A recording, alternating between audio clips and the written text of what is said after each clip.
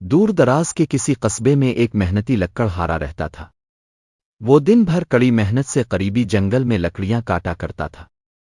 شام ہوتے ہی لکڑیاں قصبے کے بازار میں فروخت کراتا اور ان لکڑیوں کے بدلے اسے جتنے پیسے ملتے وہ پیسے بہت زیادہ تو نہ ہوتے تھے، مگر سادہ مزاج لکڑہارے اور اس کی بیوی کی زندگی اچھی خاصی گزر جاتی تھی۔ دونوں میاں بیوی کے ہاں کوئی اولاد نہیں تھی، جس کی کمی دونوں کو بہت محسوس ہوتی تھی، اور وہ نیک اولاد کے لیے اللہ میاں سے دعائیں مانگتے رہتے تھے۔ بچوں کی غیر موجودگی انہیں افسردہ بھی کر دیا کرتی تھی، مگر اسے اللہ کی رضا جان کے مطمئن ہو جایا کرتے تھے۔ لکڑہارے نے اپنی بیوی کا دل بہلانے کے لیے ایک طوطا پال رکھا تھا۔ طوطے کی مستیاں چھوٹے سے گھر میں رونق لگائے رکھتی تھی۔ لکڑہارے کی بیوی اس طوطے سے بے حد پیار کرتی تھی۔ اس طوطے کی ایک خاص بات یہ بھی تھی کہ اس کے پروں میں سے دو چمکتے ہوئے پر سنہرے رنگ کے بھی تھے۔ ان پروں کی چمک اتنی تھی کہ وہ سونے کے معلوم ہوتے تھے۔ اس خوبی نے اس طوطے کی خوبصورتی میں چار چاند لگا دیے تھے۔ سارے قصبے میں لکڑہارے کے اس طوطے کی دھوم تھی۔ بہت سے لوگوں نے لکڑہارے اور اس کی بیوی سے اس طوطے کو منہ مانگے داموں میں خریدنے کی خواہش کا اظہار کیا تھا، مگر دونوں میاں بیوی اس طوطے کو اپنی اولاد کی طرح پیار کرتے تھے، اس لیے انہوں نے طوطے کو فروخت کرنے سے صاف انکار کر دیا۔ اس قصبے میں رحمو نام کا ایک لڑکا بھی رہتا تھا، جو قصبے کے واحد حلوائی کا اکلوتا مگر نکما بیٹا تھا۔ حلوائی کی شدید خواہش تھی کہ رحمو کاروبار میں اس کا ہاتھ بٹائے، مگر رحمو کا کام دن بھر شیخیاں بجھارنا اور جادوئی کہانیاں پڑھنا تھا۔ جادوئی کہانیاں پڑھ پڑھ کر وہ اپنے آپ کو بھی کسی طلسمی کہانی کا کردار سمجھنے لگا تھا، اور کسی جادوئی ذریعے سے پیسے کمانا اس کی زندگی کا واحد مقصد بن کر رہ گیا تھا۔ اس نے نہ جانے کہاں سے سن لیا کہ لکڑہارے کا طوطا کوئی عام طوطا نہیں ہے، بلکہ یہ ایک جادوئی طوطا ہے۔ اس کے دونوں سنہرے پروں کو روشنائی میں ڈبو کر مخصوص طریقے سے جو بھی لکھا جائے گا وہ سچ ہو جائے گا، جو تصویر بنائی جائے گی وہ حقیقت کا روپ دھار لے گی۔ یہ سب کچھ جانتے ہی وہ لکڑہارے اور اس کی بیوی کے پیچھے پڑ گیا کہ وہ کسی نہ کسی طرح طوطا اس کے ہاتھ فروخت کر دیں، مگر دونوں نے ہمیشہ کی طرح اس بار بھی صاف انکار کر دیا۔ ان کے اس حد درجہ انکار نے رحمو کا شک یقین میں بدل دیا کہ ہو نہ ہو یہ طوطا جادوئی طوطا ہے، تبھی یہ لوگ اسے کسی قیمت پر فروخت کرنے کے لیے تیار نہیں ہے۔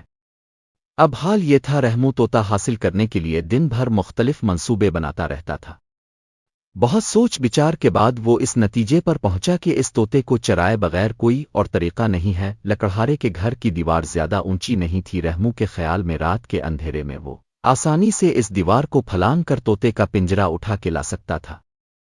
طوطے کے شور سے بچنے کے لیے اس نے 2-3 ہری مرچیں بھی رکھ لی تھیں۔ ایک رات جب سب گہری نیند سو رہے تھے، رحمو اپنے گھر سے نکلا۔ اس نے کالے رنگ کا لباس پہن رکھا تھا، جس نے اسے تاریکی کا حصہ بنا دیا تھا۔ سارا قصبہ سنسان پڑا تھا، دور دور تک کوئی نظر نہیں آ رہا تھا۔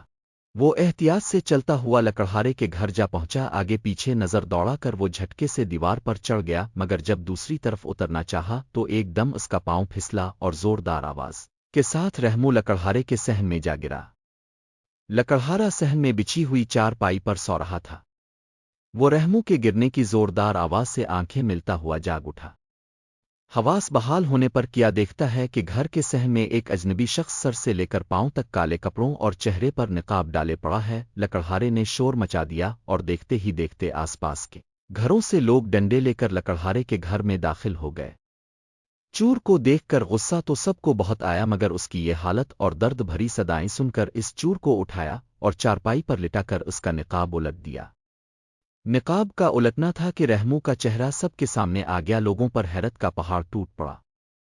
چھوٹے سے قصبے میں سب لوگ ایک دوسرے سے واقف ہوتے ہیں۔ رحمو کے ابا سب کی نظر میں ایک شریف انسان تھے، کوئی سوچ بھی نہیں سکتا تھا کہ ان کا بیٹا رحمو اس طرح چوری کرتے ہوئے پکڑا جائے گا۔ رحمو کا بھی شرم اور درد سے حال برا تھا۔ اس کا دل چاہتا تھا کہ زمین پھٹ جائے اور وہ اس میں سما جائے، تاکہ اسے لوگوں اور اپنے ابو کا سامنا نہ کرنا پڑے، مگر اب پچھتائے کیا جب چڑیا چپ گئی کہ اس کے والد کو گھر سے بلوایا گیا۔ وہ آئے اور غصے میں لگے اس کو مارنے پیٹنے۔ بڑی مشکل سے قصبے والوں نے رحمو کو بچایا۔ سب اس کی اس گھٹیا حرکت کی وجہ جاننا چاہتے تھے۔ پہلے تو ندامت کے مارے رحمو کی آواز نہ نکلی، مگر جب لوگوں کا دباؤ بڑھا اور پولیس کو بلائے جانے کی دھمکی دی گئی تو رحمو نے بولنا شروع کیا اور اپنی بے وقوفی کا سارا ماجرا قصبے والوں کو سنا ڈالا۔ رحمو کی بات سن کر کچھ لوگ تو قہقہا لگا کر ہنس پڑے اور رحمو کا مذاق اڑانے لگے۔